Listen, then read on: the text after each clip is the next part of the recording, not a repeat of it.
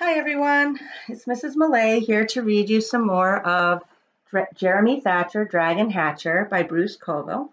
Remember at the end of chapter 7, we were left with a cliffhanger, and that was that Jeremy had walked up to his room after leaving school because he had a feeling that something was wrong with Tiamat. He opened the door to his bedroom and realized that Tiamat had shed her skin for the first time, but he also left us with that cliffhanger of he couldn't believe what he saw. So something else is in his room or has happened in his room that was surprising. And chapter 8 is called The Dragon Who Came to Dinner.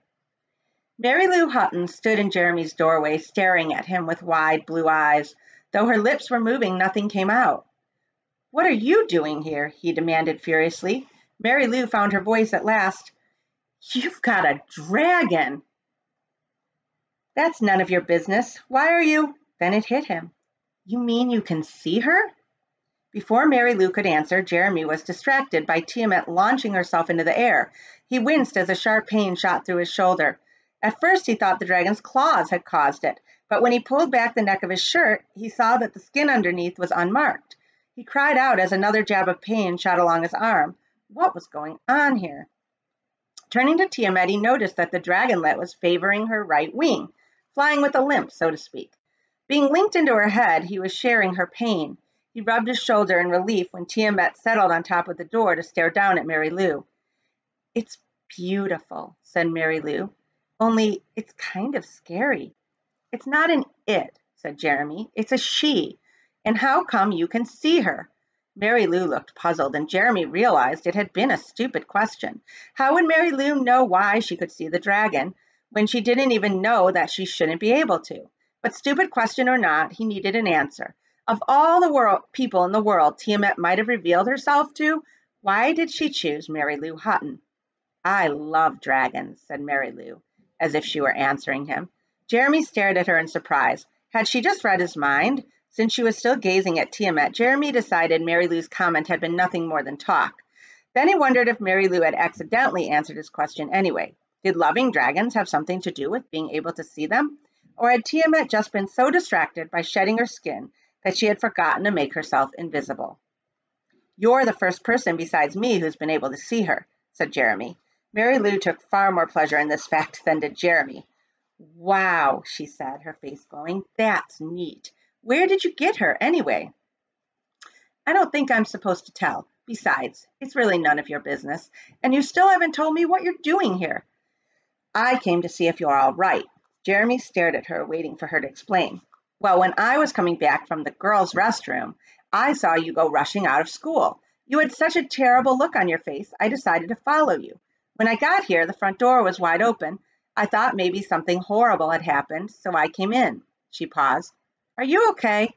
Jeremy wanted to tell Mary Lou to stop asking questions and scram, but the fact that she had seen Tiamat made him feel oddly that she had some kind of right to be here. "Are you okay?" she repeated. "I'm not sure. Something was wrong with Tiamat." An image flashed into his mind. Jeremy closed his eyes. In his head, he saw Tiamat rolling her shoulders as she tried to shed her skin.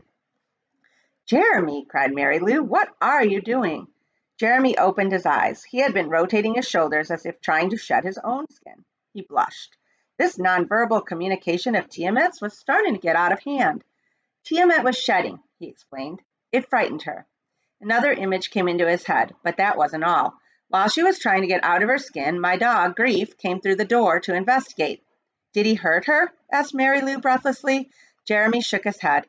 "I doubt it. He's trained to leave animals alone, but I bet he tried to pick her up. After all, he's a retriever, and—" Jeremy broke off as Tiamat began sending him images of the wild scramble that had followed Grief's entry into the room. He was appalled by the dragon's ferocity. No wonder Grief was hiding under the table. He shook his head to clear it. "The whole thing was my fault," he said, blushing a little. "I tried to keep the door closed, but I guess I had so much on my mind this morning that I didn't pull it tight. Thank goodness I gave Tiamat her milk before I went to school. No telling what she might have done to Grief if she hadn't been feeling sluggish." "Milk? It keeps her calm," said Jeremy. He paused, then added, "Listen, Mary Lou, you have to promise not to tell anyone about this." Mary Lou looked offended. "Of course I won't tell anyone. I know how these things work." Jeremy remembered their conversation about books the day Mary Lou had followed him home from the library. Maybe if someone had to find out about Tiamat, it was just as well it was someone like her. But Jeremy's good feelings about Mary Lou vanished when she asked, "What are you going to do now?" "What are we going to do now?" "We aren't going to do anything," he snapped. "This is my problem. What you're going to do is go away." "I just wanted to help," said Mary Lou, her lip trembling. "I don't need your help," said Jeremy. "No one invited you to come barging in here." "Well, excuse me for caring," yelled Mary Lou. Turning, she ran out of the room. Jeremy listened as she raced down the stairs and out the front door. "Oh, shut up," he said when Tiamat sent her question feeling. He was confused. Tiamat was all right. Mary Lou was gone. He should be happy. So why do I feel so lousy, he wondered. He decided to work on his room. Tolerant as his mother was of his usual mess level, there was no way she was going to let him get away with this.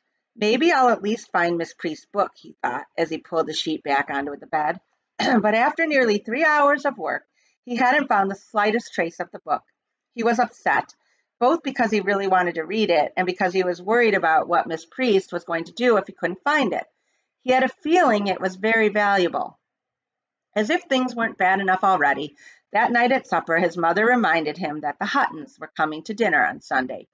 The only good thing about the whole day was the beautiful colors Tiamat sent into his head as he was going to sleep.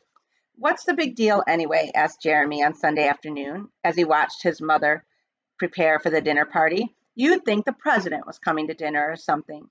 "Don't be silly," said Mrs. Thatcher. She flipped the pie dough she was working on and pressed it lightly with her rolling pin. "I just want to make a nice meal." "And I want you to be on your best behavior, Buster," said his father, who happened to wander into the kitchen at that moment. "I don't want you chasing our guest little girl around and trying to kiss her."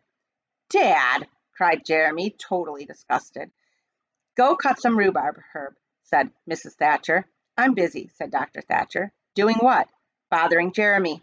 "Herbert Thatcher, you go cut that rhubarb, or you can cook this meal yourself." Dr. Thatcher shrugged. "See that kid?" he said. "She's on your side." He winked at Jeremy, then sauntered out the back door, singing some old song about rhubarb. He tripped over the cat as he went. By 6 o'clock, the house was filling with delicious aromas. Jeremy felt his mouth begin to water as he sat in his room, trying to communicate with Tiamat. He loved it when she sent swirls of color into his head, but he wanted to learn to speak to her more clearly. "Jeremy," called his mother, "the Huttons are here." "Great," he grumbled. He dragged down the stairs, trying to convince himself it was possible to be nice to Mary Lou. While the adults greeted each other enthusiastically, Mary Lou and Jeremy glared at each other. "Jeremy, why don't you show Mary Lou around the office?" said Dr. Thatcher. "I understand she's a real animal lover." When Jeremy rolled his eyes, his father shot him a look that said very clearly, "Be nice or you're dead meat." He decided to show Mary Lou the office. "This way," he said, making sure to keep far enough away that she couldn't sneak in a kiss when he wasn't looking. "I'm sorry I barged into your room on Friday," said Mary Lou, as they walked down the path behind the house. Jeremy shrugged. "Forget it," he said, opening the office door. "I didn't tell anyone about the dragon," said Mary Lou, once they were inside. Jeremy laughed. "Do you think they would have believed you if you had?" "Probably not." "Good grief, that's the biggest cat I've ever seen." Mary Lou was standing in front of Fat Pete, who had come in for more stitches that morning. "Probably the crankiest, too," said Jeremy, as Mary Lou reached her hand toward the cage. "I wouldn't—" His words were too late. Pete swatted at Mary Lou. "Ouch!" she cried, pulling her hand back. "You rotten thing." "No sense in getting mad at a cat for being a cat," said Jeremy. "Come on, we've got stuff to put on that." While Jeremy doctored Mary Lou's hand, they started to talk about books. By the time they returned to the house, they were deep in an argument about the Chronicles of Narnia. Jeremy ran up to his room to get Prince Caspian to prove a point to Mary Lou. He found one of Tiamat's teeth beside the bookshelf and deposited it in the collection he had already started in his desk. When he left the room, he closed the door carefully to avoid a repeat of the disaster with Grief. Unfortunately, while he was concentrating on shutting the dog out, he forgot to worry about keeping the dragon in. Though Jeremy didn't know it, Tiamat was already in the hall when the door clicked shut. Uh-oh. Jeremy rejoined Mary Lou in the living room, but before he could find the page he was looking for, his mother called them to supper. They were eating in the dining room, which proved it was a special occasion, as did the fact that his mother had bought new candles.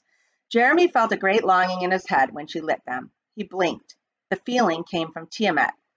Fire, she thought happily, flying into the room. Jeremy dropped his fork. Mary Lou gasped. "What's wrong with you two?" asked Dr. Thatcher. "Nothing," they said in unison. "Kid," said Mary Lou's father, as if that explained everything. "Fire," sang Tiamat in Jeremy's head. She landed on his shoulder and began to crawl down to the table. "No," thought Jeremy desperately, "not now. Go away." Tiamat glared at him angrily. Then she turned and flew from the room. Mrs. Hutton blinked, looking puzzled by the sudden breeze created by Tiamat's wings. Once the dragon was gone, Jeremy felt better, until he heard the yowl from the kitchen. "What in heaven's name is that?" said Dr. Thatcher. He started to his feet, but before he could get away from the table, one of the kitchen cats came streaking into the dining room. "Oh," cried Mary Lou's mother, "get it away from me. I can't stand cats." That was unfortunate, since at that moment 3 more cats came running into the room. Tiamat was flying after them, snapping at their tails. The first cat dashed under the table. So did 2 of the next 3. The fourth, however, which was the one Tiamat was closest to catching, jumped right up onto the table. The adults all began to yell at once. With that much noise, Jeremy didn't figure anyone would hear him, so he shouted, "Tiamat, cut that out!" The dragon ignored him. The cat was careening around the table, stepping on people's plates and knocking over glasses. One of the under-table cats began climbing on Mrs. Hutton's lap. "Get it away!" she screamed. As she jumped to her feet, the cat sprang forward onto the table. Now there were 2 cats scrambling among the dishes, with Tiamat chasing both of them. "Herbert," cried Mrs. Thatcher, "do something!" Dr. Thatcher dived for one of the cats, missed, and landed face first in mashed potatoes. A cat ran over his head. Mary Lou's father tried next. His hand came down on the edge of the plate, which sailed into the air, spraying gravy across the room. The commotion attracted Grief, who ran into the room to see what all the excitement was about. He took one look at Tiamat and began barking and lunging at her. His front paws landed on the table. He tried to scramble up to join the chase, but only succeeded in pulling the tablecloth down onto himself. With a resounding crash, everything, plates, candles, silverware, and food, fell to the floor. Grief ran howling from the room. Jeremy looked at the clock. Dinner had started at 6:30. It had taken only until 6:32 to turn the room into a total shambles. Here's a picture for you guys. So it seems like the animals can see Tiamat. Mary Lou can see Tiamat. Jeremy can see Tiamat, but the adults can't see Tiamat. Why? Why do you think certain people can see Tiamat and other people can't? Something to think about, right? Okay, guys, I will be back tomorrow to read another chapter of Jeremy Thatcher, Dragon Hatcher. Enjoy today, okay? Memorial Day, and it's gorgeous outside. Get out and have some fun. Bye.